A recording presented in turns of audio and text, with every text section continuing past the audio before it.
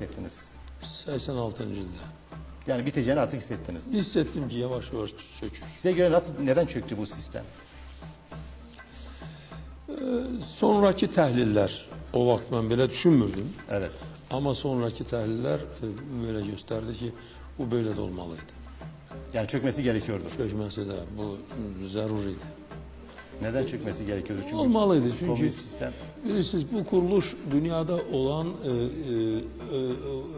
bütün kuruluşlardan farklıdır. Ya gerek dünya sistemi bu Sovyet sistemine geçerdi Evet. ya da Sovyet sistemi gerek dağılaydı. Ama Sovyet sistemi de artık özünün o programlarının hamısını yerine getirebilmirdi. Yerine getirebilmirdi. Garp yani Batıca, evet. Batı daha da güçlendi. Batı güçlendi. Batıda iktisadiyat daha da yükseldi. Batıda iktisadiyat yükseldikçe ve Sovyetler Birliği Stalin vaktinde kapalıydı. Yani dünyayla ilişkisi yoktu insanların. Evet. İnsanlar Almanya'da, Fransa'da ne var ne yok bilmiyordular. Öyle bilirdiler ki hayat budur. Bundan artık bir hayat yok. Stalin öldükten sonra kapılar müəyyən kadar açıldı. İnsanlar gittiler, geldiler, iktisadi ilişkiler genişlendiler.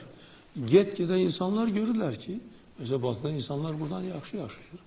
Batı'da tamam bu hürriyet var, orada o kadar yoktur. İktisadiyat Batı'da daha da iyidir. Ona göre bu fark get-gedə çoxaldı. Bu fark çoxaldıkça Sovyetler kuruluşunun sisteminin o devriki işleri 20. 30. 40. yıllarda da işleri Sovyetler Birliği'nde insanları kaldırdı. Bu artık çalışmadı. Ona göre de yavaş yavaş çökmeye başladı. Evet.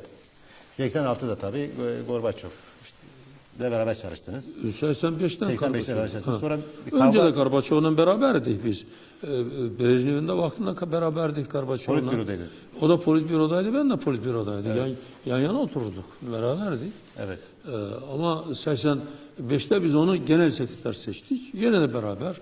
Yani genel sekreter, politbüro üyesi, başbakan, birinci yardımcısı, bunlar birbiriyle her gün irtibatta olan adamlardılar. Bunlar. Evet. Böyle, orada sistem böyledir.